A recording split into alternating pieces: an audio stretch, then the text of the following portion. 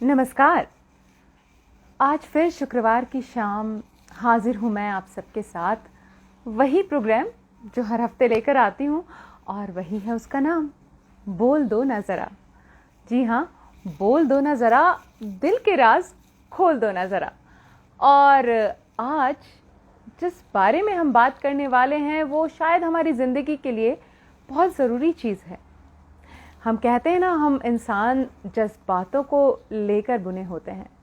हमारी ज़िंदगी का हर लम्हा, हर पल जज्बातों का ताना बाना ही तो है। तो ऐसे में उन जज्बातों के बीच में हम कैसे एक सामंजस्य बिठा के चल सकते हैं, कैसे हम उन जज्बातों को बिल्कुल ठीक से रख सकते हैं, बस इसी बारे में बात करने के लिए आज का जो ये हमारा लाइव सेशन है, इसमें मैंने बुलाया है एक बहुत ही टैलेंटेड एक्टर, राइटर और एक्टिंग टीचर। जी हाँ, ये तीनों उनकी खूबियाँ हैं, और ये जो तीनों उनकी खूबियाँ हैं वो उनको बहुत ही बेहतर इंसान भी बनाती हैं।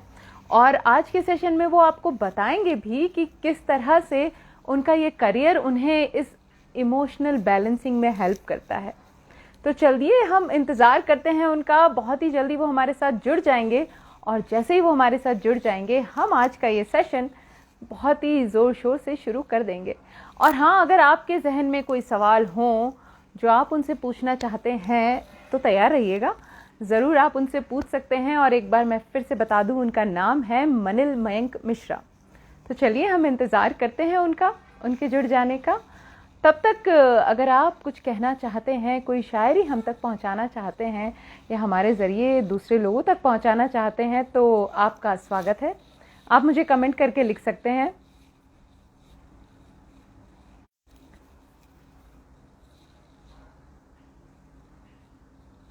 हमारे साथ जो जुड़े हैं दो लोग, शर्मा जी .राइट्स।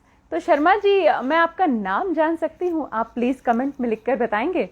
और मेरे साथ और जो जुड़ी हैं वो भाव्या क्राफ्ट स्टोर, मेरी बचपन की फ्रेंड, और उनका नाम है शेफाली गुप्ता, और बहुत ही खूबसूरत वो काम करती हैं आर्ट एंड क्राफ्ट का। बहुत खूबसूरत बंधनवार बनाती हैं, ईयरिंग्स भी बनाती हैं, बहुत सारी चीज़ें वो बनाती हैं।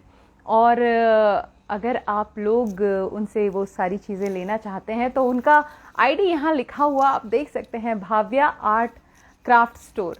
आप वहाँ से देख सकते हैं। और अगर आज आप में से कोई ऐसा सवाल करता है या ऐसा कोई ख़ास जवाब देता है, तो उस जवाब के बदले भी आपको मिल सकता है एक ख़ास discount voucher Bhavya craft store की तरफ से। तो आप तैयार रहिएगा। और हमारे साथ जुड़े हैं जी शर्मा जी राइट्स ने लिखा है अभिषेक शर्मा। बहुत ही खूबसूरत नाम है आपका, स्वागत है आपका। और हमारे साथ जुड़ चुकी हैं आशा जी, आशा गुप्ता जी, जो बहुत ही उम्दा लिखती हैं, बहुत ही अच्छा कहती हैं, और ज़िंदगी का जो तजुर्बा उन्हें है उसके आधार पर बहुत गहरी और बहुत अच्छी बातें करती हैं। वो हमारे साथ जुड़ी हैं। और डॉक्टर निधि हमारे साथ जुड़ चुकी हैं, जिनके साथ हम एक लाइव पहले कर चुके हैं, और उन्होंने जो बातें हम लोगों को बताई थी, इतनी खूबसूरत और इतनी उम्दा बातें उन्होंने बताई थी कि ज़िंदगी में लेट गो कैसे करना है। बहुत आसान नहीं होता जितना आसान हम उसे कह देते हैं। और जहाँ तक हम उसकी बात करते हैं, लेट गो की बात, तो कहीं ना कहीं उसी से जुड़ा होता है ये हमारा इमोशनल जो स्टेबिलिटी है उसका टॉपिक। तो यही बात हम आज हमारे जो गेस्ट हैं, स्पेशल गेस्ट, उनके साथ करने वाले हैं। बस कभी कभी कहते हैं ना कि जब कोई ख़ास मेहमान आ रहे होते तो कभी कभी कुछ देरी हो जाती है, तो इसीलिए लगता है कुछ देरी उनकी तरफ से हो रही है। तब तक हम और आप एक दूसरे से जुड़े हैं, एक दूसरे से गुफ्तगू कर रहे हैं। और आशा जी, आप क्या आभार की बात करती हैं, आप बस आशीर्वाद दीजिए आप तो। और जी, तो तब तक अगर आपके जहन में कुछ घूम रहा है ऐसा जो आप पूछना चाहते हैं हमारे गेस्ट के आने से पहले ही, तो प्लीज़ आप हमें लिखकर बता सकते हैं कि आपको क्या पूछना है उनसे, यही इमोशनल से जुड़ी बात, कहीं कोई भी इमोशन हो, कोई भी बात आप करना चाहते हैं। Hello Salman, thank you so much for coming. तब तक मैं कुछ सुना दूं, आशा जी कह रही हैं। चलिए, जब आप कुछ कह रही हैं तो आपका हुक्म सर आँखों पर, मैं आपकी बात बिल्कुल नहीं टाल सकती, मैं आपको ज़रूर सुनाती हूँ कुछ। और मैं आप लोगों को, वैसे तो अभी कोरोना से लोगों को डर है भी, नहीं भी है, और लॉकडाउन भी अब तो ऑलमोस्ट ख़त्म हो चुका है, लेकिन जब ये दौर चल रहा था तो उस दौर में हम क्या क्या महसूस कर रहे थे, उससे जुड़ी एक कविता लिखी थी मैंने। जब तक मनिल हमारे साथ जुड़ते हैं, मैं आप लोगों को वो कविता सुना देती हूँ कि चाहतों का चादर सिमट कर रूमाल सा बस रह गया है, चाहतों का चादर सिमट कर रूमाल सा बस रह गया है, समझता था खुद को खुदा इंसान सा बस रह गया है। बीमारी का रूप धराई हाय विपदा कितनी बड़ी, बीमारी का रूप धराई हाय विपदा कितनी बड़ी, आसमां छूना था जिसको पुवाल सा बस ढह गया है, समझता था खुद को खुदा इंसान सा बस रह गया है। भागती सड़कों पे हर पल दौड़ती थी जिंदगी, भागती सड़कों पर हर पल दौड़ती थी जिंदगी, भूल बैठा था वो इंसान उस खुदा की बंदगी। और फिर उसने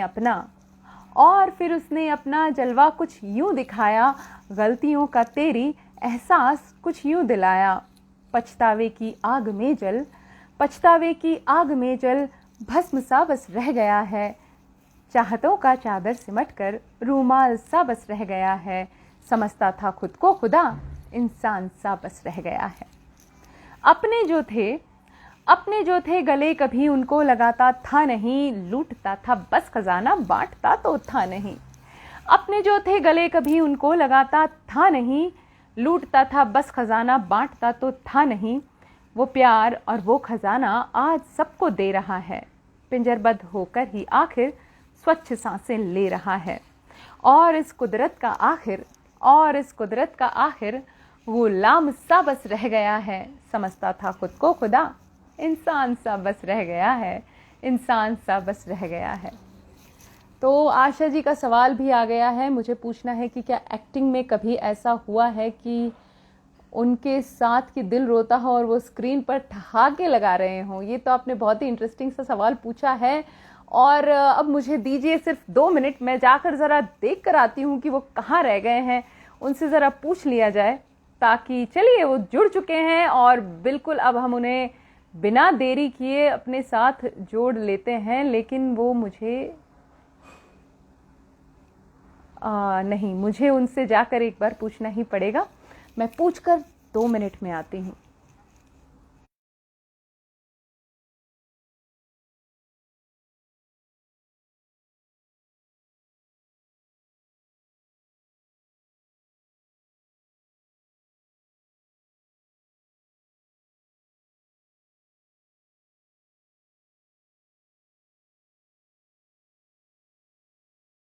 ने उन्हें भेजती है रिक्वेस्ट और बहुत ही जल्दी वो हमारे साथ जुड़ जाएंगे।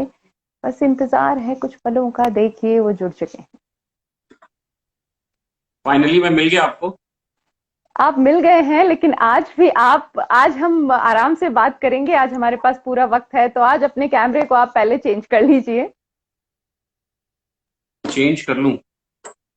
जी, डायरेक्शन गैस को चेंज ऐसे कर कर। लीजिए। आपका जो एंगल है फोन का, आई गेस आप फोन को स्टैंडिंग मोड में ले लीजिए। आपने जी शायद उसको हॉरिजॉन्टल लिया है। जी जी। जी, अभी ठीक है? बिल्कुल ठीक है। तो देखिए, आप आए नहीं, लेकिन आपके आने से पहले आपके लिए सवाल भी आ चुके हैं। और चलिए, जब आ चुके हैं आप, तो मैं आपका तहे दिल से स्वागत करती हूँ। और आप सबको, जो बहुत लोग बहुत हमें देख शुक्रिया। रहे हैं, जी, बहुत शुक्रिया और जो मनीषा। लोग जी और जो लोग हमें देख रहे हैं, मैं एक बार फिर से आपको बता दूं कि जो आपके सामने शख्स इस वक्त हैं हमारे साथ जुड़े हुए, बहुत ही टैलेंटेड एक्टर हैं, राइटर हैं और बहुत ही अच्छे एक्टिंग टीचर भी हैं। तो अगर आप में से किसी का पैशन भी हो कि हाँ, अब हम मुझे एक्टिंग करियर चूज करना है, तो देखिए टीचर आपके सामने हैं। आप उनसे इस बारे में भी बात कर सकते हैं। और इसके अलावा जिस बारे में हम आज बात करने के लिए मिले हैं उसके बारे में तो बात हम करेंगे ही। और चलिए हम शुरू करें, लेकिन उससे पहले एक सवाल आया है। चलिए सवाल को हम बाद में लेते हैं, पहले हम यही जान लेते हैं कि हमने सवाल ये किया था आज की emotional stability in today's time. तो आखिर ये इमोशनल स्टेबिलिटी होती क्या चीज है? देखिए, सबसे पहले तो मैं अपने आप को खुशनसीब समझता हूं कि 1000 सालों में एक वाक्य में या एक स्टेटमेंट में मेरी इतनी सारी तारीफ किसी ने की जो आपने की है। और बहुत अच्छा लगता है। अलग अलग जगह पे मुख्तलिफ हवालों से आपके क्राफ्ट के बारे में, आपकी चीजों के बारे में आपको सुनने को मिलता है। पर आज इस प्लेटफॉर्म पे आपके सामने इतना कुछ समाहित करके, इतना कुछ गैदर करके आपने जो मेरे बारे में बात की, उसका मैं तहे दिल से शुक्रगुजार हूँ। और yes, of course I teach acting, I am an actor my self. और एक्टिंग, बात चलिए तो बता दूं, एक्टिंग अपने आप में एक बहुत प्योरिफाइड जर्नी है। ये आपको आर्ट और क्राफ्ट के बारे में या फिर अभिनय के बारे में बताने के साथ ही साथ आपकी जो इंडिविजुअलिटी है, आपका जो व्यक्तित्व है, उसको भी क्लेंस करता है, उसको भी प्योरीफाई करता है, यानी आपको एक बेहतर इंसान बनाता है। अब आते हैं आपके सवाल की तरफ कि इमोशनल स्टेबिलिटी है क्या। तो बहुत आसान शब्दों में इस पूरी परिचर्चा को, इस पूरे डिस्कशन को आगे ले जाना चाहता हूं और कहना चाहता हूं कि आइए इसको दो भागों में विभाजित करें, इमोशन और स्टेबिलिटी, स्थायित्व, जिसको हम स्टेबिलिटी कहते हैं। स्टेबल क्या चीज होती है? क्या है स्टेबिलिटी? एक अलमारी जो अपने वजूद को लेके स्थायी रूप से आपके बेडरूम में, आपके लिविंग रूम में खड़ी। मेरा ये फोन जो अपना एक वजूद लेके, अपनी एग्जिस्टेंस लेके आपके सामने एक स्थायी रूप में आपके सामने जो है मौजूद। और ये स्थायित्व सिर्फ उनकी बनावट या उनके आधार पर नहीं, बल्कि मेरे इस यकीन पर भी है कि इस ट्राइपॉड पे इस फोन को लगाने के बाद ये फोन जब तक मैं लाइव सेशन चाहूंगा कंटिन्यू कर सकता हूं और ये फोन मुझे धोखा नहीं देगा। ठीक इसी तरह जब कोई अलमारी खोलता है चाबी लगा के, हालांकि थोड़े से मूवमेंट्स होते हैं, थोड़ी सी गहमा गहमी होती है, थोड़ी सी थरथराहट होती है, थोड़ा सा कंपन होता है इस पूरी अलमारी को खोलने में, लेकिन फिर भी अलमारी अपनी जगह से न हिले हुए, बगैर हिले हुए, अपने उस स्थायित्व को, अपनी स्टेबिलिटी को और अपने उस वजूद को मेंटेन करते हुए आपको आपका सामान आपके हाथों में देगी। सिर्फ यही हमारा स्थायित्व है। और भावनात्मक स्टेबिलिटी, यानी जब हम इमोशनल स्टेबिलिटी की बात करते हैं, तो भी ये इससे बिल्कुल इतर या अलग नहीं है। हम इंसान हैं, हमारे ऊपर भी दुख, गम, गुस्सा, घृणा, नफरत, इन सब के बादल मंडराते हैं। लेकिन इमोशनल स्टेबिलिटी ये है कि इन सब के होने के बावजूद हम अपना व्यक्तित्व और अपना स्थायित्व, यानी हमारी जो स्टेबिलिटी है, उसको ना खोएं। ये ठीक उसी तरह है कि आपका एक मकान जो एक अर्थक्वेक प्रोन एरिया में, जहां पे भूकंप आते जाते रहते हैं, उस तरह के किसी एक एरिया, किसी क्षेत्र में है, और आपको हमेशा ये डर रहता है कि अगली बार जब भूकंप आएगा तो शायद मेरा मकान गिर जाए और टूट जाए और शायद मुझे किसी तरीके का नुकसान हो जाए, क्योंकि आपको उस मकान पर नहीं बल्कि उसके स्थायित्व पर शक है, उस पर यकीन नहीं। और ठीक इसी तरह की अगर एक झोपड़ी जो एक लेट्स से वुडन किसी चीज की बनी, जिसमें कोई भी ऐसा भारी एलिमेंट नहीं है, जिसको लगता है देख के कि अगर अर्थक्वेक आया तो शायद ये बहुत ज्यादा नुकसान नहीं पहुंचा पाएगी, या कोई ऐसा मकान जिसकी नींव या जड़ इतनी मजबूत है कि उसे कोई भी एक बड़े से बड़ा भूकंप हिला तो सकता है लेकिन डिगा नहीं सकता। आप उसमें चैन की नींद इसलिए सोते हैं क्योंकि आपको उस मकान की बनावट पे नहीं बल्कि इस मकान के स्थायित्व पे आपको यकीन। इमोशनल स्टेबिलिटी आपको अपने आप में एक बहुत अच्छा और खूबसूरत इंसान तो बनाती ही है, लेकिन एक नया रास्ता भी खोलती है। और वो नया नायाब रास्ता खुलता है दूसरों को उनको सही मार्ग दिखाने का रास्ता। आप दुनिया में किसी भी ऐसे शख्स को देख लें जिसको आप इंस्पायरिंग मानते हो, आप दुनिया में किसी भी ऐसे पर्सनालिटी को डिस्कस कर लें, एनालाइज कर लें, एग्जामिन कर लें, जिसको लगता हो कि यार मुझे इसके जैसा बनना है, या यह आदमी जिंदगी में वाकई सफल था, वो ऑलमोस्ट सारे लोग, उनमें एक कॉमनैलिटी, एक सेमनेस होती है, उनमें एक समानता होती है, वो ये कि वो सारे इमोशनली स्टेबल होते हैं। उनके पास किसी और एक आम इंसान की तरह दुख, दर्द, खुशी, गम, गुस्सा, नफरत, इस तरीके जिंदगी के तमाम जज्बात उनकी जिंदगी में आते जाते रहते हैं, इस तरीके के तमाम उतार चढ़ाव आते हैं, लेकिन वो अपना जो एग्जिस्टेंस है, यानी उनका जो अस्तित्व है, उसको खोने नहीं। इसीलिए इमोशंस को साइंस की तुलना में रखा गया और कहा गया है, जैसे साइंस के बारे में कहते हैं कि science is a very good servant but a very bad master.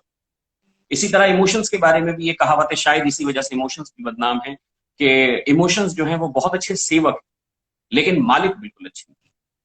तो स्टेबिलिटी आपको उनको मालिक बनने से रोकती है, आपके ऊपर रूल करने से रोकती है, क्योंकि जब आप इमोशनली किसी एक इमोशन के द्वारा कैरिड फॉरवर्ड हो जाते हैं या उस इमोशन से ओतप्रोत होकर आपका जो हाव भाव है वो परिवर्तित होने लगता है, आपका एक्सप्रेशन बदलने लगता है, तो फिर आप अपने आप को खोकर, अपनी इंडिविजुअलिटी को खोकर आप एक दूसरी पर्सनालिटी में तब्दील हो जाते हैं जो आपकी असलियत होती ही।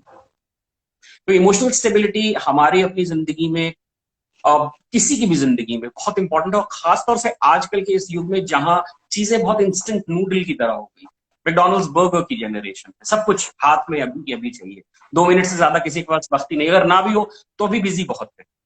तो इस दौरान आपके इमोशंस को आपने खुद इतनी ही लगाम दी है, जैसे हम किसी गाड़ी में जो स्पीड है वो बांध देते हैं कि चाहते हुए भी ये गाड़ी 80 किलोमीटर पर आवर या 90 किलोमीटर पर आवर से ऊपर नहीं भाग सकती। तो हमने अपने आप को इंस्टेंट और इमीडिएट करके, या इस तरीके की जनरेशन में जो अपेक्षाएं हैं, आकांक्षाएं हैं, उनको बहुत जल्दी प्राप्त करने की एक जो उत्कंठा है, उसके चलते हमने इमोशंस को भी इस तरीके से बना लिया है, उस तरीके से ट्रेन कर लिया है कि अगर एक सर्टन एक्सपेक्टेशन या हमारी कोई एक जो उम्मीद है, या हमारा जो एक जिस फल को हम चाहते हैं या जो हम होने देना चाहते हैं अपनी जिंदगी में, वो पूरा नहीं होता, तो हमारे इमोशंस हमारे ऊपर हावी हो जाते हैं। जबकि असलियत ये है कि इमोशंस आपके कब्जे में होते हैं, आप इमोशंस के कब्जे में।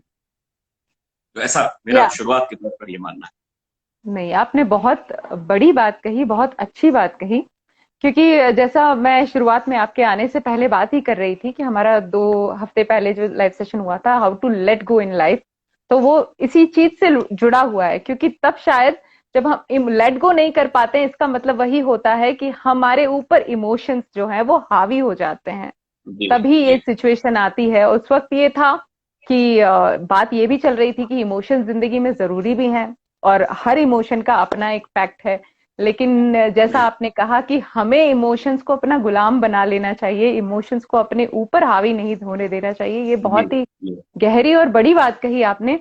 इससे जुड़ा एक और सवाल मेरे मन में आता है कि जैसा कि अभी आपकी बातों से वैसे ही लग रहा है कि अगर हम इमोशनली स्टेबल नहीं होंगे तो शायद हम अपने काम भी अच्छी तरह से नहीं कर पाएंगे। और आपने ये भी कहा कि जो भी कामयाब लोग होते हैं उनमें ये एक कॉमन बात ये होती है। वैसे कॉमन से याद आया, आज एक बात आप में और हम में भी कॉमन है, हम दोनों ही एक ही रंग को पहन कर आ गए हैं।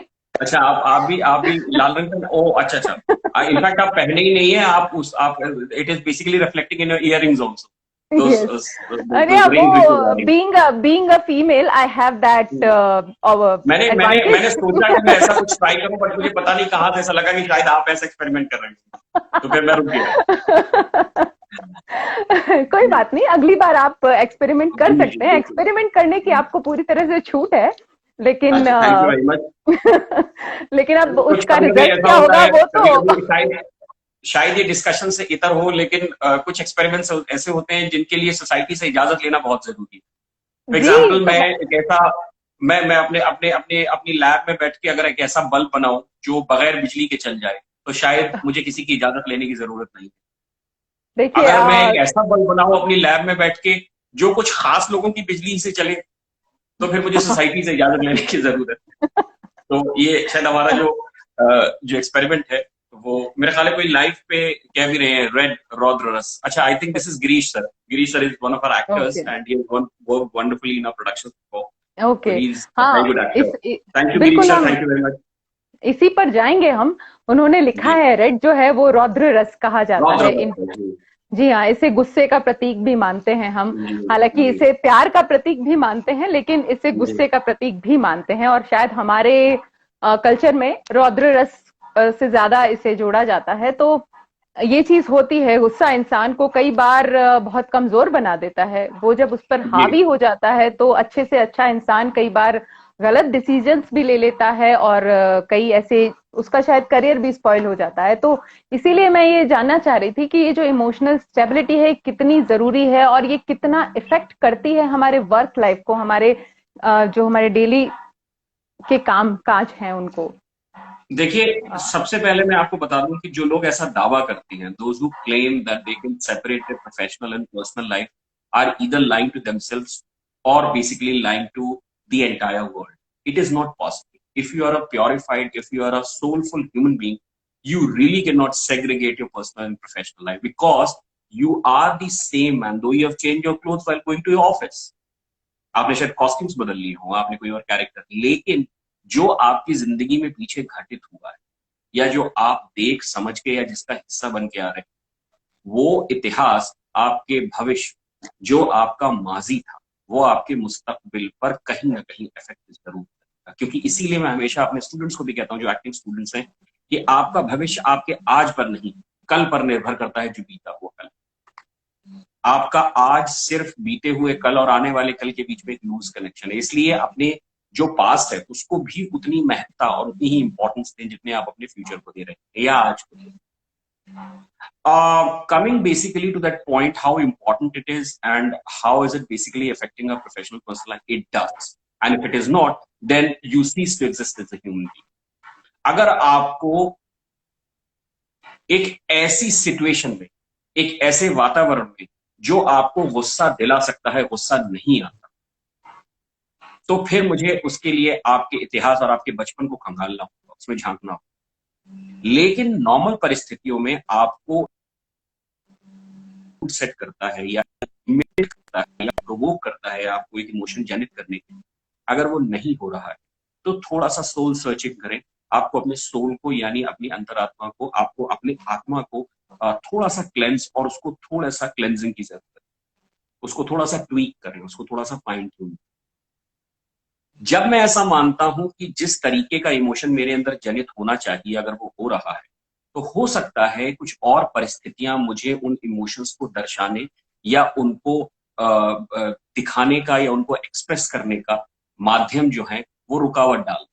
फॉर एग्जाम्पल, जैसे मैं घर पर तेज बात करता हूँ, लेकिन शायद ऑफिस में उस तेजी या उस जितनी आवाज मेरी तेज होती है, शायद उस लिहाज से बात नहीं कर सकता, क्योंकि मैं शायद एक फॉर्मल एनवायरनमेंट पे हूँ। लेकिन इसके ठीक विपरीत, on the contrary, if you imagine a situation, let's say I had a very troubled or a terrible fight with, let's say, with one of my family members, and I did not have the time to solve it. I just had to rush to my office. That substance of anger should and must remain in my head, though I am still stopping myself not to express that anger into my office का formal environment, but वो रहना चाहिए। अगर आप उसको उस रास्ते भर में भूल जाते जो आपका ऑफिस और घर के बीच का रास्ता है, तो जैसा मैंने पहले कहा, आपको अपनी आत्मा में झांकना होगा, कुछ कमियां हैं जिनको सुधार, कुछ नट एंड बोल्ट्स जिनको सुधारना होगा। हाँ, इसी के साथ ये भी कहना चाहूंगा कि इफेक्ट नहीं करता है तो गलत है। इसीलिए कहता हूं कि आपका जो इमोशनल सेम्बलेंस है, स्टेबिलिटी है या इमोशनल आइडेंटिटी है, वो आपके वर्क और आपकी पर्सनल लाइफ को इफेक्ट करता है। अब सवाल ये पैदा होता है कि अगर वो इफेक्ट करता है तो कैसे इफेक्ट करता है? It depends. बहुत सारे ऐसे लोग होते हैं जो तब तक खुश नहीं होते जब तक दुखी ना हो। बहुत सारे ऐसे लोग, और बहुत सारे ऐसे लोग हैं वो तब तक दुखी नहीं होते जब तक खुश ना हो।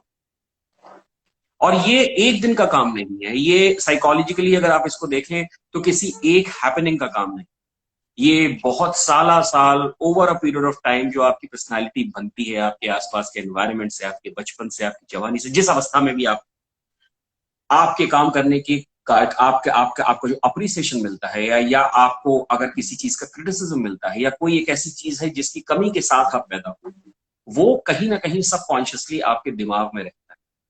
और वो आपका दिमाग जो है, and I am talking about mind, I am not talking about brain, because brain is just an organ, mind is something which thinks, which basically makes you to live like it. वो आपके subconscious mind में है, और कहीं ना कहीं उस subconscious mind में आप शायद वो हैपनिंग या इंसिडेंट भूल जाते हैं, बट वो लेसन या सीख आपकी जिंदगी में हमेशा रहती है। तो मेरा ये मानना है कि उन इमोशन से स्ट्रगल करने के बजाय जो आपको परेशान कर रहे हैं या जो आपको कुछ और कहने पे मजबूर करते हैं, लेकिन आसपास के वातावरण की वजह से आपको प्रिटेंड करके कुछ और बनना पड़ता है, उन इमोशंस को स्ट्रगल करने के बजाय, बेवजह डॉक्टर्स के चक्कर लगाने के बजाय, साइकोलॉजिस्ट या साइकियाट्रिस्ट से काउंसलिंग सेशंस लेने के बजाय, या फेसबुक पे आंसर तलाशने के बजाय, या किसी इंसान को फोन करने के बजाय, उन ट्रबल्ड इमोशंस के कारण जानने की कोशिश करें। तो पुरानी एक कहावत है, मर्ज का इलाज करो दर्द अपने आप चला जाए। हमें से बहुत सारे लोग दर्द का इलाज करते हैं, आप मर्ज का इलाज करें तो दर्द अपने आप चला जाए। क्योंकि दर्द जी। जो है वो अपने आप में कोई एक इंडिविजुअल एंटिटी नहीं है, वो एक्सक्लूसिव नहीं है। That basically is there because there is some kind of an illness in it. तो आप या अगर ऑफ मर्ज का कोर्स। इलाज करते हैं, दर्द अपने आप चला जाए। तो मेरा ये कहने का मतलब है कि सबसे पहले ये एक्टिंग स्टूडेंट्स के लिए भी हम हमेशा क्लासेस में जब शुरुआत करते हैं तो फंडामेंटल एस्पेक्ट रहता है अपनी इमोशनल आइडेंटिटी जान। एक सोशल आइडेंटिटी है कि भाई मैं इस परिवार से आता हूं, या मैं इस ज्योग्राफी का हूं, या फिर मैं जो हूं इस परिवेश से आता हूं, मेरा ये बैकग्राउंड है, मैं मैथिली बोलता हूं, मैं यूपी की एक खड़ी बोली बोलता हूं, या मैं राजस्थान का हूं, या मैं गुजरात का हूं। वो मेरी सोशल आइडेंटिटी है जिससे मुझे दुनिया में पहचान मिली। लेकिन कोई तो एक ऐसी चीज होगी जिससे मुझे खुद की पहचान भी मिली। जब मैं रात में सोता हूं तो मैं अपने आप को क्या बोलता हूं, मैं किस नाम से बुलाता हूं, वो मेरी इमोशनल आइडेंटिटी। हम बहुत सारे लोग अपनी समाज में पहचान बनाने के लिए, अपना मकाम हासिल करने के लिए सोशल आइडेंटिटी के पीछे बहुत भागते हैं, ये कर लें वो कर लें। मेरे पास आप कहीं भी देखें, आप if even if you talk about like 5 things which you want to achieve in this world, they only are there to achieve social identity. समाज में सोशल आपकी प्रतिष्ठा आइडेंटिटी। पहचान। आप कार क्यों बिल्कुल। लेना चाहते हैं? आपसे मैं अगर पूछूं कि आप गाड़ी क्यों लेना चाहते हैं, तो ये कारण कि मैं अपने ऑफिस जल्दी पहुंच जाऊं, उससे बड़ा कारण ये होगा हमारी कॉलोनी में सबके पास गाड़ी है, मेरे पास नहीं। तो इसका इसका मायने ये है कि हम एक बहुत छदम और एक बहुत खोखली हॉलो एक जो है एक पर्सपेक्टिव, एक नजरिए के साथ आगे बढ़ रहे हैं, जिसको हमें तोड़ना होगा। दिस इज अ मिथ, ये मिथोलॉजी है। और ज्यादातर हमें अपने अंदर झांक कर ही देखना होगा कि हम हैं कौन। आप जैसा मैंने पहले कहा, like I said before, if you get inspiration from anybody, the one common thing amongst those people, apart from being emotionally stable, is that they very well know about themselves a lot more than the world. आपकी एक private life होती है, एक personal life होती है, एक आपकी social life होती है। इन तीनों में से कुछ बहुत खराब हो सकती है, इन तीनों में से कुछ बहुत अच्छी हो सकती है, इन तीनों में से तीनों अच्छी हो सकती है, तीनों खराब हो सकती है। लेकिन इसको अक्षरशः वर्बटिम वैसे ही एक्सेप्ट करिए। मैं जो अपने लिविंग रूम में होता हूं वो शायद मैं अपने बेडरूम में ना हूं, और जो मैं अपने बेडरूम में होता हूं वो मैं अपने वॉशरूम में ना हूं। लेकिन मैं तीनों एक ही शख्स हूं। लेकिन मेरी बिल्कुल। पर्सनालिटी में ये स्प्लिटिंग क्यों आती है? क्योंकि मुझे पता है कि मेरी जिंदगी के 3 फेजेस हैं जो मुझे जीने हैं किसी एक आम इंसान। तो acceptance, then acknowledgement, and then rectification. First of all accept, yes I am a human being and I am made to commit errors. गलतियां करना मेरा शौक नहीं है, मेरा पेशा नहीं है, मेरा हक है। बस फर्क सिर्फ इतना है कि आप नई गलतियां करें। इससे पता लगेगा कि आप you not you still living, you still have life in you. If you are committing new mistakes every day, यानी आप आगे बढ़ रहे हैं। गलतियां करना, मैं हम सारे हमेशा अपने जितने एक्टिंग स्टूडेंट्स को उनको बोलता हूं कि गलतियां करने से मत डरो। इस बात से डरो कि हमेशा एक तरीके की गलतियां करना आपका ना शौक है, ना आपका पेशा है, ना गलती से गलती होती है। गलतियां करना आपका हक है। अगर आप गलतियां नहीं कर रहे हैं तो आप आगे नहीं। ये गलतियां जब इमोशनल स्टेबिलिटी के डिस्कशन में हमारे सामने आती हैं तो हमको ये पता रखना चाहिए कि ये किसी के साथ भी हो सकता है, और मैं वो कोई किसी का हूं। मैं वही किसी का एक इंसान हूं। अगर मैं 1 करोड़ आदमियों की बात कर रहा हूं जिनकी इमोशनल स्टेबिलिटी अच्छी नहीं है, मैं उनमें से खो सकता हूं। बिल्कुल। लेकिन मेरे और उनमें ये फर्क है कि वो इस बात को शायद जानते नहीं, या मानते नहीं है, या मानते इसलिए नहीं है क्योंकि जानते नहीं। लेकिन मैं मानता भी हूं क्योंकि मैं जानता हूं। और वहीं से आपका जो सुधार है, वो आपकी इमोशनल स्टेबिलिटी की बात कर ले, या इमोशनल सेम्बलेंस की बात कर ले, इमोशनल बैलेंस की बात कर ले between your professional and personal life, वहीं से शुरू हो जाता है। सो it has to affect emotional identity, or let's say emotional balance or emotional stability has to affect your personal and professional life. This is very, very normal. Please do not blame yourself that you cannot make a balance between your personal and professional life because you are very emotional. There's nothing known as very emotional.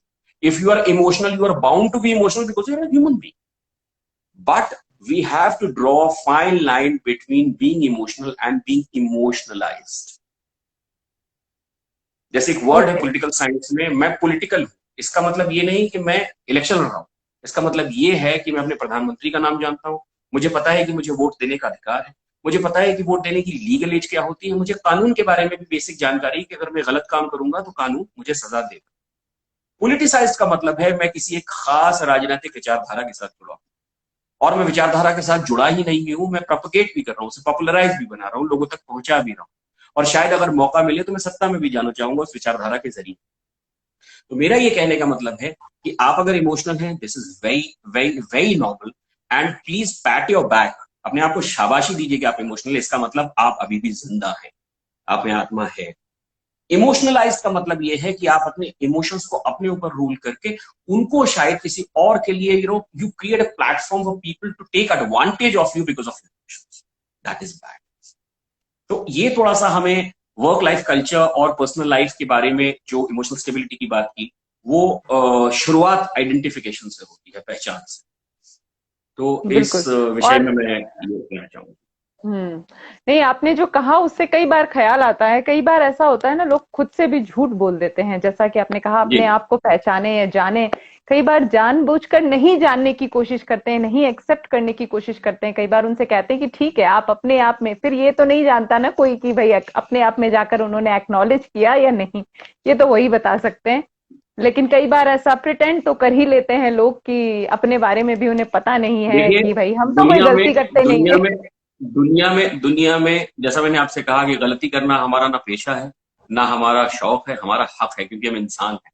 अगर हम गलती बिल्कुल। नहीं कर रहे होते तो या तो हम कोई बहुत बड़ी रिलीजियस स्क्रिप्चर होते, हमारा नाम किसी कुरान, कुरान शरीफ, बाइबल, रामायण, गीता, किसी गुरु ग्रंथ साहिब, इनमें आ रहा होता, क्योंकि हम अपने आप में पाक साफ होते, हमारे अंदर सुधार की कोई गुंजाइश नहीं होती। कोई तो वजह है कि ऊपर वाले ने या मदर नेचर ने हमें इंसान बनाया। इंसान कोई तो बनाया, वजह है, बिल्कुल सही। जी कोई तो वजह है कि फर्स्ट के बाद सेकंड ग्रेड आता है, सेकंड के बाद थर्ड ग्रेड आता है, फोर्थ के बाद फिफ्थ ग्रेड आता है, कोई तो वजह है। ये सब कुछ प्लान्ड है, ऐसा नहीं है कि वन के बाद टू जो है रैंडमली आ गया या वन से पहले बिल्कुल ही बिल्कुल जीरो। बिल्कुल तो इस तरीके से हमें ये मान के चलना है कि हम गलतियों के पुतले हैं, बस शर्त इतनी है कि हमेशा नई गलतियां, ताकि इससे पता बिल्कुल। लगते रहे कि हम काम कर रहे हैं, हम आगे बढ़ रहे हैं। अब जो आपने मुद्दा उठाया उसमें मैं एक बात कहना चाहूंगा, 2015 में हमने एक स्टेज प्रोडक्शन किया था जिसका नाम था खुशफहमियां। उसके बाद 2017 में हमने उसका सीक्वल तो नहीं कहूंगा, लेकिन उसके नाम के लेगेसी को कैरी फॉरवर्ड किया और हमने किया खुशफहमियां 2, जिसका अब नाम बदल के रुके रुके से कदम हो गया। खुशफहमियां एक दिल्ली के जर्नलिस्ट की कहानी थी जिसका बिखरा हुआ प्यार है जिंदगी में। उसका एक दोस्त है जो उसे कंफर्ट देता है, और ये एक रोमांटिक कॉमेडी थी, ह्यूमरस था, कॉमेडी भी नहीं कहूंगा। इसके ठीक विपरीत खुशफहमियां 2 एक इंडो पाक लव स्टोरी है। एक इंसान लाहौर से आता है, उसे दिल्ली में किसी से प्यार हो जाता है, फिर तमाम तानों बानों के साथ उसको पता लगता है कि कल्चर, सोसाइटी से ऊपर मोहब्बत का जो भावना है या जो इमोशन है ऊपर नहीं है, और आपको आपकी सोसाइटी या जो सोशल सैंक्टिटी है या सोशल सैंक्शन है उसको पहले आपको नजर में रखना होगा। जो कहानी है इसका नाम बदल के अब रुके रुके से कदम कर दिया गया है। तो मैं आपको ये रेफरेंस इसलिए दे रहा हूं क्योंकि हमने उसका नाम खुशफहमी कुछ सोच के रखा। जिंदगी में एक चीज होती है गलत फहमी, हाँ, मिसअंडरस्टैंडिंग जिसको हम कहते हैं। आपको मिसअंडरस्टैंडिंग। पता नहीं ये रियलिटी है, इसीलिए आप उसको सच या सच्चाई या रियलिटी मान के उसे जीना शुरू कर।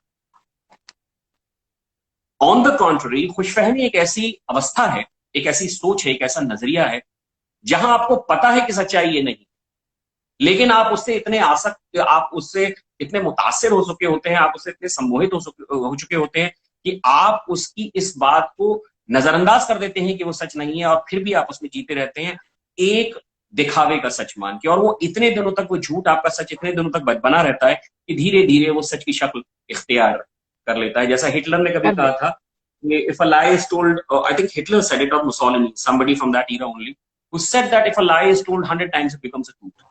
तो अगर आप एक झूठ को बहुत सालों तक जीते रहे तो वो आपके सच में तब्दील होना शुरू हो जाता है, और शायद आपके अलावा दुनिया में कोई उसे सच ना मानता हो, लेकिन आपके लिए आपका सच वही है। वही है, तो बिल्कुल सही ये है। जो आपने चीज कही कि कभी कभी हम अपने आप से झूठ बोल देते हैं, वो एक्चुअली वो खुशफहम लोग हैं जो चाहते नहीं उस मिथ को, उस मिराज को ब्रेक करना, और उसी ओ, भुलावे में, उसी झूठ में उनको खुशी मिलती है और उसी में जीते रहते हैं। तो मुझे लगता है ज्यादातर मुझे दुनिया में चीजें नॉर्मल लगती हैं, क्योंकि शायद मैं इमोशनल हूँ, इमोशनलाइज नहीं, और मुझे बताना पड़ता है लोगों को कि क्या डिफरेंस है दोनों में।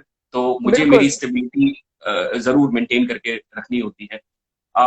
लेकिन इस तरीके का बुलावा जो है, जब तक किसी और को परेशान नहीं कर रहा, किसी और को बॉदर नहीं कर रहा, आपकी जिंदगी में कुछ बहुत बड़ा एक आमूलचूल परिवर्तन नहीं लेके आ रहा, तो मुझे लगता है ये गलत नहीं है। ओके। मैं अगर पीले को हरा कह दूं और हरे को पीला कह दूं और सिर्फ अपने बेडरूम में कहूं, तो इससे किसी को क्या फर्क पड़ता है? मैं खुश हूं, बिल्कुल। आप भी अपने हरे को हरा मान के खुश हैं।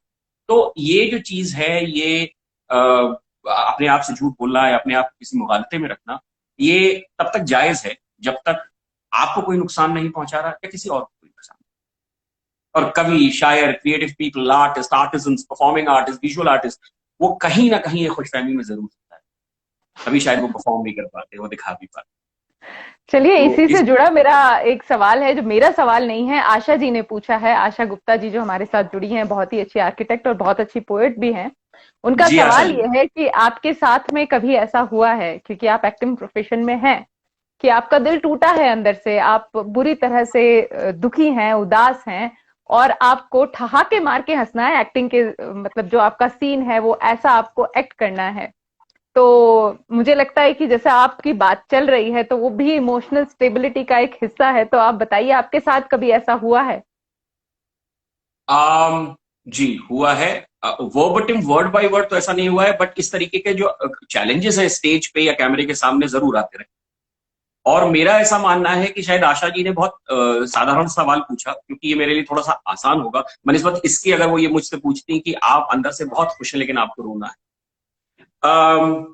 जब आप मैं एक ये एक्टिंग सवाल करते मैं पूछने वाली थी आपसे कि इसका वाइस वर्सा अगर होता है तो क्या सिचुएशन जी, होती है, क्योंकि तो ये शायद ज्यादा कॉमन है कि आप जब खुश हैं और आपको उदास होने की एक्टिंग करनी है। क्योंकि मैं पोइट्री करते करते थोड़ा बहुत कहानी लिखने लगी हूँ, तो कभी कभी कहानियां ऐसी लिख देती हूँ जिसमें ऐसा इमोशनल होता है, तो वो मैंने मुश्किल होता है। मनीषा जी, मैंने आपकी कहानियां भी सुनी है और मैंने आपका काव्य पाठ भी सुना है। मैं तो यहां तक कहूंगा कि आप एक्चुअली, जो आपने अभी अभी जुमला कसा, आपने कहा कि मैं पोइट्री लिखते लिखते कहानियां लिखने लगी, मैं ठीक इसके विपरीत जाना चाहता हूँ। मैं कहना चाहता हूँ कि आप एक्चुअली कहानियां लिखते लिखते पोइट्री लिखने लगी, क्योंकि जो आप काव्य पाठ करती हैं वो अपने आप में खुद एक बहुत खूबसूरत कहानी होती है। तो ये तो ओह। मैंने आपके जितने भी सेशन अटेंड किए हैं जी, तो वो अपने आप में कहानियां हैं। हाँ, बस ये है कि वो थोड़ा सा पोएटिक फॉर्म में है, तो उनको हम पोइट्री कह देते हैं। बस आपने उनको खोल के, उनके जो दोनों नग थे उनको खोल के उसको एक कहानी का रूप देके, उसको रूपरेखा देके उसे कहानी के तौर पर पेश करा है। Yes, of course it happens. मुझसे पहले भी सवाल पूछा गया। पहले मैं बात करूंगा कि मैं इस सिचुएशन को कोप अप कैसे करता हूं।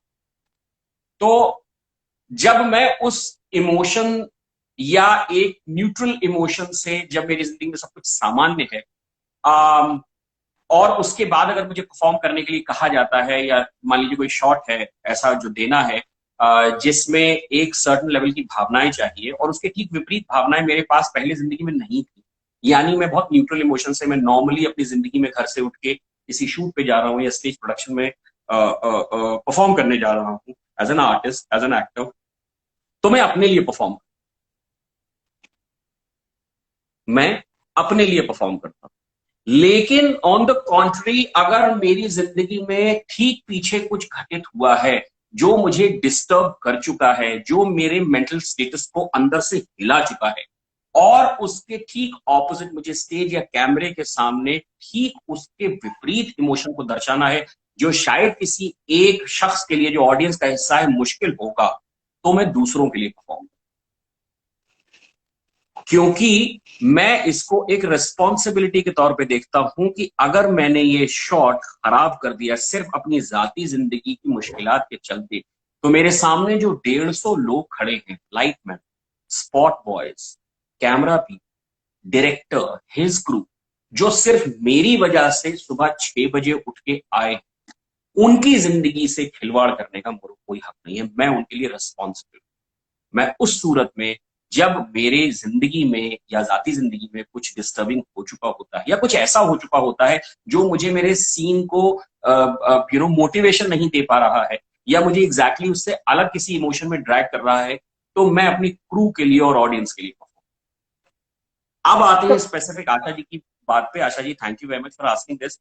देखिए क्या होता है एक्टिंग में, जब आप मल्टीपल इमोशंस प्रोड्यूस करते हैं, तो जो इमोशन आपके सेंसेस को अल्योर करता है, जो हमारा टेस्ट है, जो हमारा अकूस्टिक है, जो हमारा विजन, जो हमारा टच है, जो सबसे पहले इमोशन आपको रेलेवेंट लगता है इन अपनी इंद्रियों के हिसाब से, आप सबसे पहले उससे बंध जाते हैं। तो अगर हम दुख और खुशी में देखें तो डिपेंड करता है कि हमारा एक्टर एक्सप्रेस कैसे कर रहा है। मैं अगर चुपचाप बैठ के सॉल्व कर रहा हूं, मैं बहुत स्पेसिफिक आपको बात बता रहा हूं, बहुत टेक्निकल बात बता रहा हूं, और एक आदमी अट्ठाहा लगा रहा है, ठहास कर रहा है, तो शायद आपका ध्यान उस अट्ठास वाले पे चला जाएगा। शायद मेरा क्वांटम ऑफ सैडनेस, मेरा क्वांटम ऑफ ग्लूम शायद उसकी खुशी से कहीं ज्यादा हो, बट फिर भी क्योंकि उसके पास आवाज ज्यादा मजबूत है, उसका प्रोजेक्शन बहुत अच्छा है, उसका चेहरा जो है बहुत ज्यादा एक्सप्रेसिव है, और वो एक ऐसा इमोशन जनरेट कर रहा है जो अपने आप में एक पॉजिटिव इमोशन, हैप्पीनेस। तो इस केस में जब मुझे दुखी होकर खुशी को इजहार करना होता है, तो मैं ऑडियंस की इंद्रियों को अपना बनाने की पूरी पूरी कोशिश करता हूं, ताकि शायद मेरा ध्यान मेरी सैडनेस पे या जो एक जो नेगेटिव इमोशन मेरे दिल में ऑलरेडी है मेरी रियल लाइफ से, उससे हटके मेरी इस जो एंगेजिंग परफॉर्मेंस में देना चाह रहा हूं उस पर चला जाए। मनीषा जी का सवाल यह है कि मान लीजिए अंदर से मैं बहुत खुश हूं और मुझे रोना पड़े, तो मुश्किल इसलिए हो जाती है क्योंकि मैं हंसते हंसते रो तो सकता हूं, लेकिन मैं रोते रोते हंस नहीं सकता, वो एक्सेप्टेबल नहीं है सोशल नॉर्म्स के हिसाब से। लेकिन मैं उस हंसी को, अगर मुझे लगता है कि मुझे खुशी किसी न किसी तरीके से प्रदर्शित करनी है, तो मैं सिर्फ उसका पैसेज जो है, उसका जो एक्सप्रेशन है, चेंज कर देता हूं। ये ठीक इसी तरह है कि मैं आपसे कहूं, देखो ना दुनिया में कितना दर्द है, तुम देखो ना मेरी दुनिया में, मेरी जिंदगी में कितना दर्द है।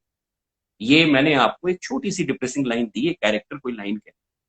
अब ठीक विपरीत अगर मैं आपको इस लाइन को ऐसे बोलूं, इसको एक्सप्रेस करने का एक दूसरा एक्टर का तरीका, किसी एक्टर के क्राफ्ट का तरीका ये हो सकता है, मनीषा देखो ना दुनिया में कितना दर्द, मनीषा मेरी मेरी खुद की जिंदगी में कितना दर्द है यार। मैंने वही इमोशन जनरेट किया, मेरा एक्सप्रेशन हंसी का, जिसको आप अभी तक खुशी से जोड़ते थे, वो आप दुख के साथ अपने आप अटैच करने लगते हैं। तो अगर मेरा इमोशन प्रधान है और मेरे दिल में कुछ और चल रहा है, तो मैं अपनी बॉडी और अपने एक्सप्रेशंस को मजबूत करके उनको स्ट्रॉन्गर और स्ट्रेंथन बना देता हूं। लेकिन अगर मेरा इमोशन ऐसा है जो अपने आप में वीक और नेगेटिव है, और फिर भी मुझे किसी और विपरीत इमोशन के दिखाना है, तो मैं इमोशनल जो मेरे अंदर जो क्वांटम है, यानी उसकी जो गहराई है, उसको बढ़ा देता हूं, मेरी बॉडी और मेरी वॉइस। आप अगर एक्टिंग की क्लासेस देखेंगे तो आपके दोनों टूल्स हैं, और इसका मतलब ये नहीं कि अगर आपको सर्दी लग रही है तो आप अपनी बॉडी से कहते हैं सुनिए थरथराइए क्योंकि सर्दी आपका दिल फील करता है और आपकी बॉडी वैसे ही करती है। तो मैं अपने हाँ, इमोशंस को उस वक्त, उस परफॉर्मेंस के दौरान रूल करने देता हूँ, जिस दौरान मेरे दिल में कोई एक पॉजिटिव इमोशन है, बट मुझे किसी एक नेगेटिव इमोशन को या नॉट सो पॉजिटिव इमोशन को दर्शाना। तो ये आप दोनों के सवालों का जवाब है। होपफुली मैंने हम्म। आपको इतने लंबी तरीके से, इतना विस्तृत होकर जो समझाया है, शायद समझ में आ गया होगा, शायद बोर भी होंगे। नहीं नहीं, मेरे ख्याल से देखिए आशा जी को तो उनके सवाल का जवाब मिल गया और वो तो खुश भी हैं, और आशा जी हमारे वो बहुत साथ में। अच्छे थे, वो मेरे ख्याल है वो जो क्या बोलते हैं, तो नहीं स्माइलीज तो नहीं बोलते, कुछ तो बोलते हैं, अच्छा ये वाला जो होता है ये भी है। Thank you Asha ji, thank you for your appreciation, thank you very much.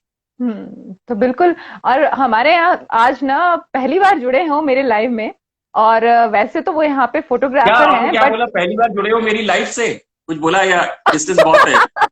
कुछ बोला? लाइव लाइव से नहीं, लाइव से अच्छा लाइव लाइव सेशन। से, ओके ओके। लाइव सेशन पे ये आज पहली बार सुनने में जुड़े जरा हैं बस। ये सुनने में जरा कीनिया से आवाज आते आते जरा सा कुछ अलग हो गई। कोई बात नहीं, जी, कोई बात नहीं। ऐसे बड़े बड़े देशों में छोटी छोटी बातें होती रहती है, इट्स बातें होती फाइन। रहती है, जी जी बिल्कुल बिल्कुल। पता नहीं कौन सा देश, तो जी जी जी, जी। तो मैं उनकी बात कर रही थी कि वैसे तो वो यहाँ पर फोटोग्राफिंग करते थे, लेकिन उनको भी एक्टिंग का कीड़ा है, तो आज वो शायद हमारे साथ इसीलिए जुड़े हैं। तो आई होप उनको भी बड़ा मजा आ रहा होगा। ध्रुव उनका नाम है, और हो सकता है कि वो आपको कॉल करें आगे। तो आई जस्ट बिल्कुल होप कि वो बिल्कुल आपको बिल्कुल कॉल करें। और चलिए अब बिल्कुल इसी बिल्कुल। बात पर आते हैं कि जब आजकल के टाइम में हमको ऐसा लगता है कि ये इमोशनल स्टेबिलिटी थोड़ा लूज हो रहा है, तो ऐसे में जैसा आपने शुरुआत में ही कहा था, कल भी परसों भी जो हमारा सेशन हुआ था, हमने किया था जस्ट एक ट्रेलर की तरह, तब भी आपने कहा था कि एक्टिंग क्लासेस इसमें बहुत हेल्प करती हैं। तो अब मेरा सीधा सवाल वही है कि किस तरह से हम इस इमोशनल स्टेबिलिटी एक्टिंग क्लासेस के थ्रू सीख सकते हैं, जान सकते हैं। देखिए सिर्फ एक्टिंग ही नहीं, to begin with let me tell you, be it any classes of any art, for example even if you are taking painting class, let's say you are taking sculpting class, let's say you are taking even cookery class, they basically make you to connect with your own individual emotions more, and therefore with the emotions of the society at large. वो जो पुरानी कहावत है कि सबसे पहले खुद को जान लो, सबसे पहले दोनों पैरों पे बगैर ब्रेक लगाए साइकिल चलाना सीख लो, फिर दुनिया के साथ रेस लगाते रहो। तो ये ठीक उसी तरह है कि आपको आपसे जो जुड़ाव है या जो आपका आपके साथ रिश्ता है वो बहुत प्योरीफाइड कर देता है कोई भी any performing art, if you talk about any form of art for that matter. However, me being an acting teacher, I would specifically talking about acting classes. Acting में क्या है, हम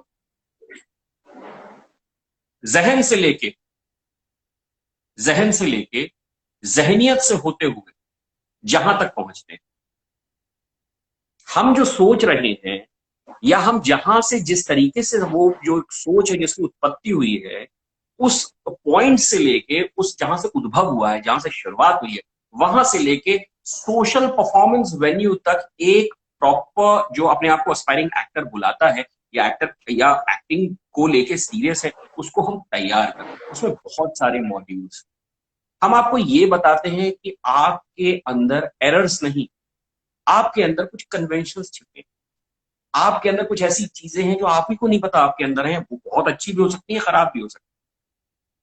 ये कुछ इम्प्रॉम्प्टू चीजें होती हैं जो बचपन से साला साल आपके अंदर पढ़ती चली गई, या आपने कहते हैं everybody is basically I think an average sum of 3 people he meets on an everyday basis, or 3 books he reads whenever he sleeps down in his bedroom on his own bed. He basically is the average sum of 3 people he meets either on that particular day, or 3 books or 3 films or 3 series or whatever he has seen in that particular day, and therefore he's an average sum of it. तो आप ये कहते हैं मेरे ऊपर किसी चीज का फर्क नहीं, ऐसा एक्चुअली होता नहीं, फर्क पड़ता है। आपका सबकॉन्शियस जो बहुत अच्छे रिसेप्टर्स प्रोड्यूस करता है, वो उस चीज की जो लेसन है उसको ग्रैब करके आपके अंदर रखता है। इसी तरह ये बात इसलिए जरूरी है क्योंकि ये इंसानों और जानवरों में फर्क है। जानवरों के अंदर इंस्टिंक्ट्स होती है, उनकी प्रवृत्ति होती है, हमारी भावनाएं होती है। तो ये हमारे और जो बाकी एनिमल्स हैं, जिस एनिमल किंगडम की हम बात करते हैं, उनमें फर्क है। इसीलिए हमें इंसान, तो खासतौर से जब एक्टिंग की चीजों की बात करते हैं तो हम शरीर के, जिंदगी के जो कैरेक्टर आप निभाने जा रहे हैं उसके हर उस पहलू पे गौर करते हैं, उसको ठीक करने की कोशिश करते हैं जो कहीं ना कहीं किसी ना किसी मायने में आपसे जुड़ा है। आपकी आगरा वाली चाची के घर में कुछ हुआ, directly apparently it may not have a direct influence on your life, but in a class of acting it does. हम उस तह तक जाते हैं, उस कोर तक जाते हैं जहां जो आपको सोशल जिंदगी में लगता है कि यार ये शायद मेरे लिए नहीं है, ये शायद मुझे इफेक्ट नहीं करेगा, लेकिन हम कहते हैं कि इफेक्ट नहीं कर रहा है तो ये उसकी नहीं, आपकी गलती है, क्योंकि वो अपनी तरफ से सारी प्रोवोकेशन, सारे मोटिवेशन दे रहा है वो सिचुएशन। बट अगर आप उसको रिसीव नहीं कर पा रहे हैं तो somewhere there is a blockage in you, maybe in your mind और maybe in your heart, or in terms of understanding or establishing a passive, emotional passive between you being an actor and that particular happening or that incident. तो हम उस शख्स से ज्यादा उसकी जिंदगी पे और शख्स पे भी काम करते हैं, और इसीलिए इन सब से जो सबसे बड़ा फायदा होता है, चाहे हम हमेशा ये बात कहते हैं कि अपने क्लासेस में कि आप एक्टिंग को प्रोफेशन चुने न चुने, लेकिन अपनी एक्टिंग क्लासेस को कभी ना, क्योंकि वो आपको प्रोफेशनली एक्टर बनाने में या तैयार करने में तो मदद करती हैं, लेकिन आपकी इंडिविजुअलिटी और आपकी जिंदगी भी सुधारती है। बहुत छोटा सा एग्जांपल बताता हूं, तलफ्फुज की बात करते हैं वॉइस की क्लासेस। तो अगर मैं नॉर्मल पैरेलल्स में, अगर नॉर्मल किसी जिंदगी में किसी ऑटो वाले से बोलता हूँ, भैया सुनिए ना, आप चांदनी चौक में आप मुझे उतार देंगे, तो शायद वो आपको लेने चले जाने के लिए तैयार हो। लेकिन ठीक इसके विपरीत अगर मैं उससे कहता हूं कि भैया सुनिए, आप मुझे चांदनी चौक के चौराहे पे उतार देंगे, तो हो सकता है वो आपके किराए में से 10 रुपए कम ना पड़े, लेकिन एज अ सवारी वो पूरी जिंदगी आपको याद रखेगा कि इस आदमी की बात में साफ गोई थी, वो साफ बात करता था, वो कम्युनिकेबल था, वो कम्युनिकेट अच्छे से करता था। ये छोटा सा एग्जाम्पल मैंने आपको एक रियलिस्टिक जिंदगी से दिया। तो एक्टिंग की क्लासेस में हम आपको इमोशनल आइडेंटिटी के बारे में जनवाते हैं, आपसे कहते हैं कि अपने आप को भावनात्मक रूप से पहचानो, क्योंकि जब तक आपकी अपने बारे में क्लैरिटी नहीं होगी, आपकी किसी कैरेक्टर के बारे में क्लैरिटी नहीं। हम बहुत सारे लोग बगैर किसी ट्रेनिंग के सिंपथाइज कर लेते, लेकिन एक एक्टर एम्पथाइज करता है। सिंपथी का मतलब यह है, ओह इंसान है, खुश है, मैं भी खुश हूं। एम्पैथी का मतलब है इसकी खुशी में मैं खुश हूं क्योंकि ये खुश है। इसीलिए कहा जाता है कि एक्टर को इमोशनल जरूर होना चाहिए, और इमोशनल होने का मतलब बेवकूफ होना या स्टूपिड होना नहीं है, बहुत बड़ा मिसकंसेप्शन। इमोशनल होने का मतलब है कि मैं अपने इमोशंस की रेस्पेक्ट करता हूं, and I am proud of the fact that I have basically been born as a human, and which is why I have these kinds of emotions. तो बहुत वृहद लेवल पे, बहुत डिस्क्रिप्टिव वे में, बहुत एनालिटिकल वे में हम एक्टिंग क्लासेस में इमोशंस पे काम करते हैं, जिसका एक सीधा सीधा परिणाम ये है कि आपको अपनी इमोशनल आइडेंटिटी पता लगती है। आप रोते हैं, चिल्लाते हैं, हंसते हैं, गाते हैं, अकेले में या क्लासेस में, लेकिन वो सब इन्हीं चीजों का परिणाम है, क्योंकि अब जो है वो फ्रॉम टॉप टू बॉटम और फ्रॉम बॉटम टू टॉप हम क्लेंजिंग मैकेनिज्म आपकी पर्सनालिटी के ऊपर अप्लाई कर रहे हैं, ताकि आप न्यूट्रलाइज होकर खड़े हो जाएं। अब 6 महीने एक्टिंग क्लासेस करने के बाद आप दुनिया में किसी भी कैरेक्टर को प्रिपेयर करने के लिए तैयार हैं, इसीलिए आप एक अच्छे प्रोफेशनल और बिलीवेबल एक्टर माने जा सकते हैं। तो emotions have a direct connection with what character you prepare either for stage or for camera, or just like that as a professional actor. Okay, आपने यहाँ पर ये बात की कि हम इमोशनल्स सीखते भी हैं, अपने आप को बहुत अच्छे से जानते हैं, और जब हम परफॉर्म करते हैं एज ए एक्टर, जब हम देखते हैं परफॉर्म करते हुए लोगों को, तो वहां पे हर तरह का इमोशन दिखाया जाता है। वो गुस्सा भी होते हैं, वो रोते भी हैं, वो हंसते भी हैं, वो जोक्स भी क्रैक करते हैं, सब कुछ होता है उसमें। तो अब इसी चीज को मैं यहाँ जिंदगी में अगर अप्लाई करूं, तो क्या इमोशनल स्टेबिलिटी का मतलब ये तो नहीं है ना कि आप बहुत ज्यादा खुश हैं, बहुत, मतलब आपको जिंदगी में, मतलब ये जो चीज कुछ ऐसा मिल गया है जिसके लिए आपने बहुत मेहनत की है, बहुत आपने जतन किया, और अब आपको वो चीज मिल गई है, तो आज आज आप एक्स्ट्रा ऑर्डिनरी खुश हैं, लेकिन तब भी आप बहुत ही नॉर्मल, कूल, काम रहते हैं। इज इट वॉट, ये तो नहीं होता है ना, या ये होता है और इमोशनल अगर स्टेबिलिटी का देखिए मतलब? इसके, जी जी, मैं समझ रहा हूं। इसके देखिए 2 पहलू। एक बेसिकली साइकोलॉजिकल एस्पेक्ट है कि आपका फंडामेंटल इमोशन क्या है।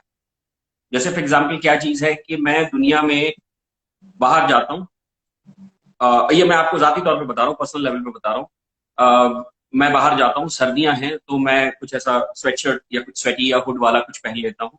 मैं नीचे डेनिम पहन सकता हूँ, मैं नीचे कुछ कुछ मोटा, कुछ लोअर पहन सकता हूँ, या कुछ भी पजामा पहन सकता हूँ, कुछ भी ऐसा जो मुझे सर्दी से बचाए। But part of it is happening because I want to tell this world as a social being that yes, I also respect winter as a season. लेकिन जब मैं घर पे वापस आता हूं, मौसम कोई भी हो, I only sleep in my shorts and in my tissue. That's the reality of telling. तो ये मेरी फंडामेंटल आइडेंटिटी जो है, जो सोशल आइडेंटिटी है, टी शर्ट और शॉर्ट्स में सोना, ये मेरी असलियत है। तब मैं किसी के लिए अकाउंटेबल नहीं हूं, तब मैं किसी के लिए रिस्पॉन्सिबल नहीं हूं कि दुख सुनो, मुझे सर्दियों से भी उतनी ही लगाव है, उतना ही मोहब्बत है जितना तुम्हें, इसीलिए मैं सर्दियों के कपड़े पहन लूं। irrespective of any season, I sleep in my shorts and in my tissue। ठीक इसी तरह आपका एक फंडामेंटल इमोशन होता है, और वो फंडामेंटल इमोशन ये है, वो कुछ भी हो सकता है। जैसे आप एक सर्टन सिचुएशन में रिएक्ट करते हैं, वो आपका उस वक्त का मूड होता है, that is not an emotion.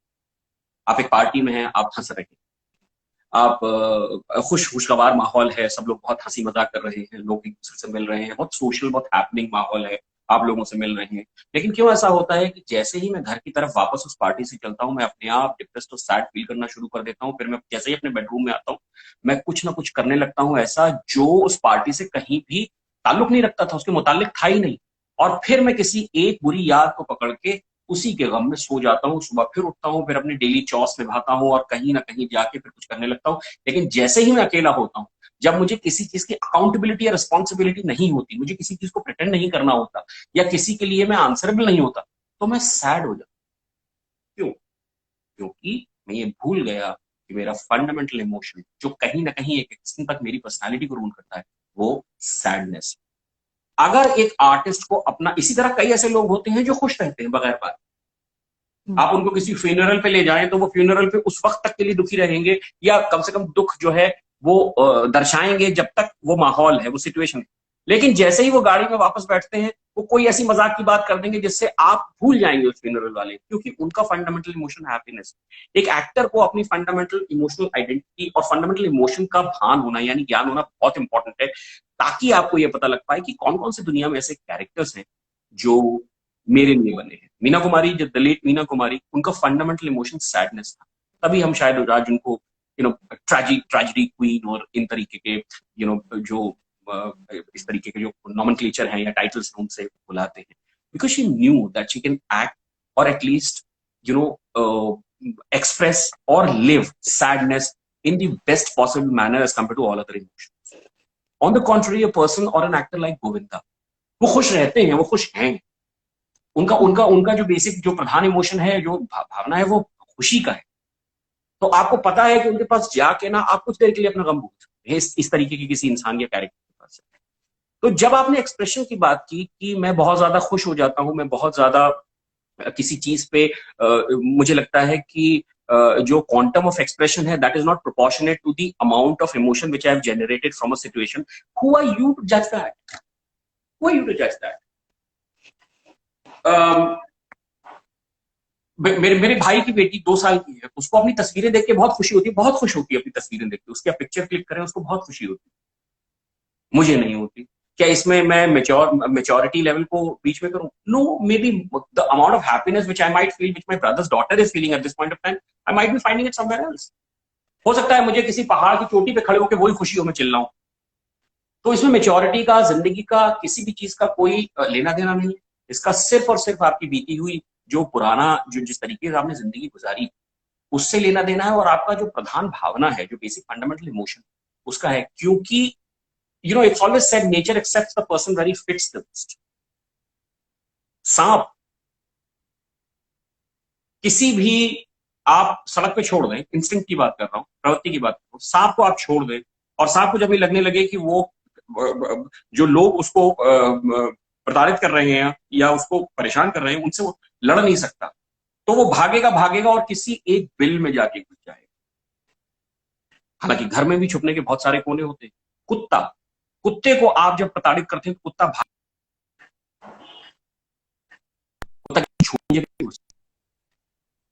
ये प्रवृत्ति है, ये मदर नेचर ने दी।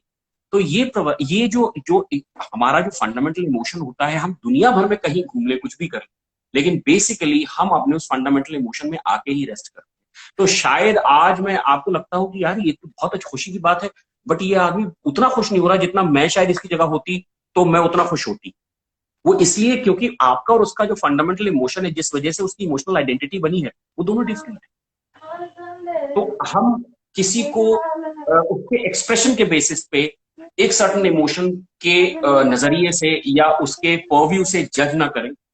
हम सिर्फ ये देखें कि अगर ये शख्स अगर इस जगह मैं होता या होती तो शायद मैं इससे किसी डिफरेंट वे में, या I would have certainly acted differently expressing the same emotion in the same situation, because you two both are different individuals and you two both have had a different life before.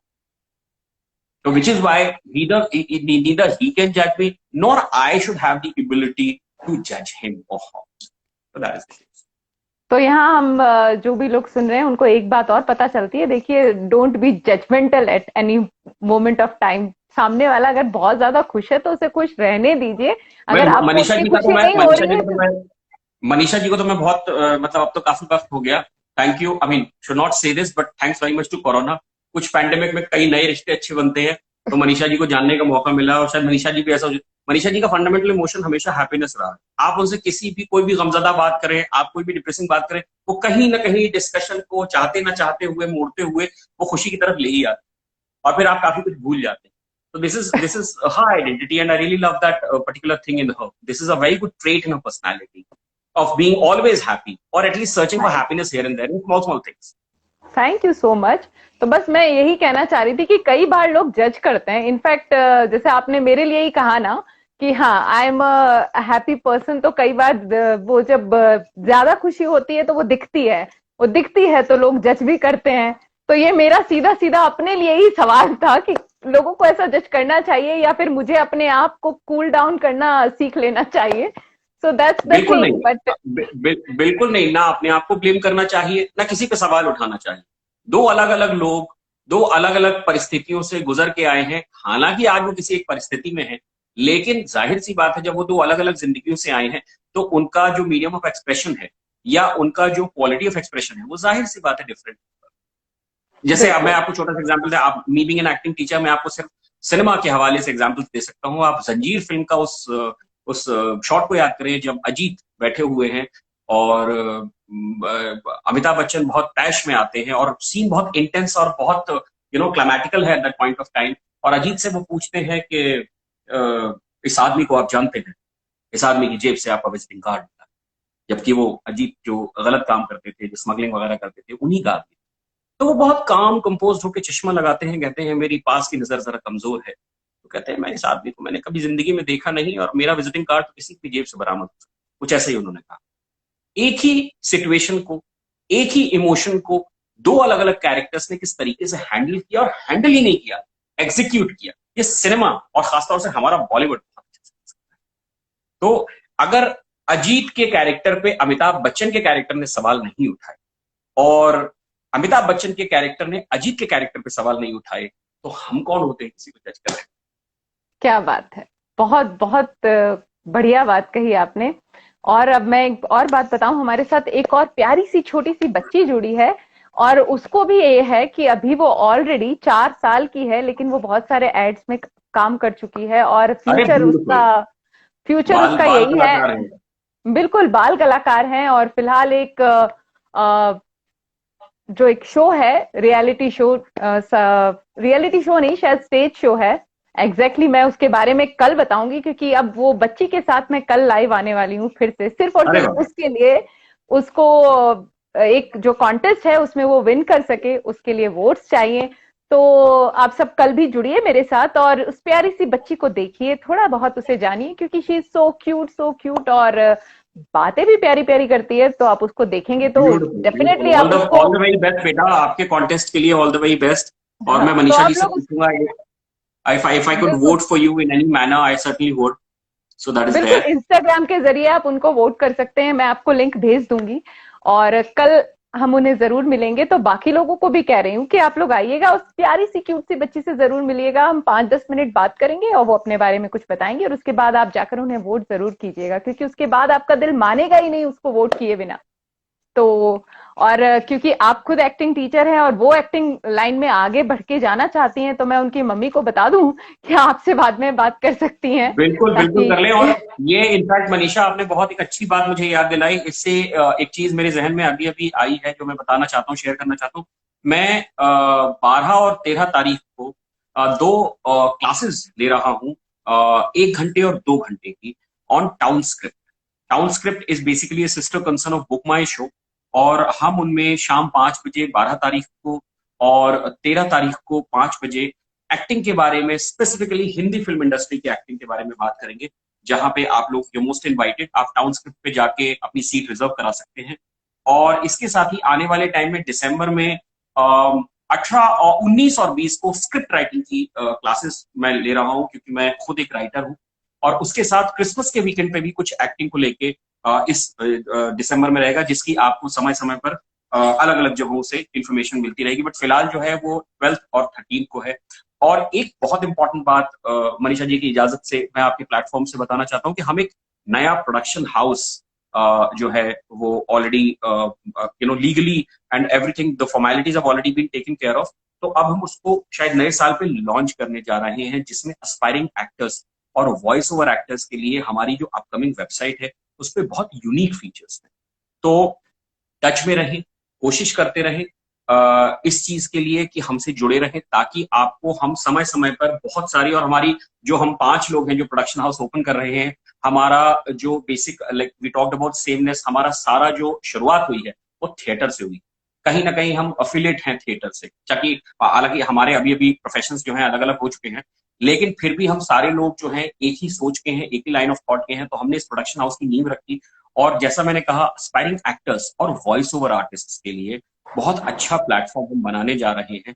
और इसमें एक unique feature ये है कि जो deserving candidates हैं yet do not have financial backing or support to fulfill their dreams, then we are there to help them out on our upcoming website. तो जुड़े रहें और क्लासेस अटेंड करते रहें, क्योंकि एक्टिंग एक दिन का काम नहीं है। एक्टिंग बिल्कुल बेसिकली, अगर अभिनय या फिर किसी भी आर्ट फॉर्म को आप देख लें, आप कोई भी ट्रेनिंग लेते हैं, वो किसी एक खास स्पेसिफिक पर्पस पे शायद काम ना आए, लेकिन उस वक्त जरूर काम आएगी जब आप शायद उसके बारे में बिल्कुल भूल चुके हो। तो कोशिश करते रहें, जब आपको ये लगने लगे, एक छोटी सी बात के साथ मैं जो है बात को तमाम करूंगा, जब आपको ये लगने लगे कि आप जो हैं वो 12th में पहुंच चुके और आपको 11th से ज्यादा आता है अपने स्कूल के स्टूडेंट से, तो ये ठीक वही वक्त होता है जब आपको नर्सरी से दोबारा शुरुआत कर देनी चाहिए। क्योंकि एक आर्टिस्ट को कभी भी ये नहीं समझना चाहिए, या ये फीलिंग या ये भावना या इमोशन या ये इस तरीके की महसूसियत कभी नहीं होनी चाहिए कि उसे कुछ कुछ आ गया है, क्योंकि जैसे ही ये फीलिंग आती है कि कुछ कुछ आ गया है तो बहुत कुछ पीछे छूट जाता है। तो इन्हीं शब्दों के साथ और मनीषा जी को डेडिकेट करते हुए, मनीषा जी के जरिए आप तक ये शेर पहुंचाते हुए बात को तमाम करना चाहूंगा कि वक्त रुखसत जो प्यार से देखा तुमने, वक्त रुखसत जो प्यार से देखा तुमने, अब इससे बेहतर सामान्य सफर और क्या होगा। वाह, मैं आपसे कहने ही वाली थी कि आप पूरा सेशन हो गया, आपने सब बातें कह दी, एक शेर तो बनता है और आपने वो शेर कह दिया। बहुत बहुत शुक्रिया। और चलिए इसी बात पर हम आप सबसे रुखसत लेते हैं, और फिर अगले शुक्रवार तो मैं आऊंगी ही एक नए अवतार में, एक नई बात के साथ। लेकिन कल भी मैं आप सबसे मिलने वाली हूं, तो कल भी जुड़िएगा जरूर।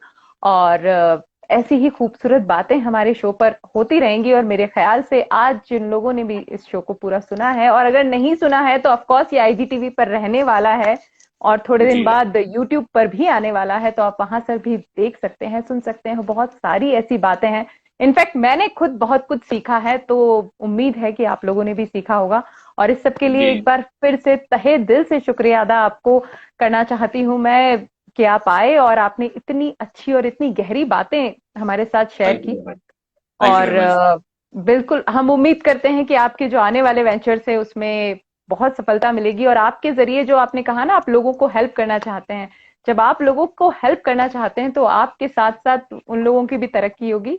बस इन्हीं भावनाओं के साथ एक बार फिर से धन्यवाद, और आप सभी को भी, सुनने वालों को भी तहे दिल से शुक्रिया। और चलते चलते फिर एक बार, वैसे तो रुखसती का शेर आप कह चुके हैं, लेकिन बशीर बद्र साहब की मैं बड़ी फैन हूं, और मैं ये शेर बिल्कुल ये अक्सर कह के निकलती हूँ कि चरागों को आंखों में महफूज रखना, बड़ी दूर तक रात ही रात होगी। मुसाफिर हो तुम भी, मुसाफिर हैं हम भी, किसी मोड़ पर फिर मुलाकात होगी, किसी मोड़ पर फिर मुलाकात होगी। बहुत नमस्कार। Thank you, bye. Thank you, bye bye.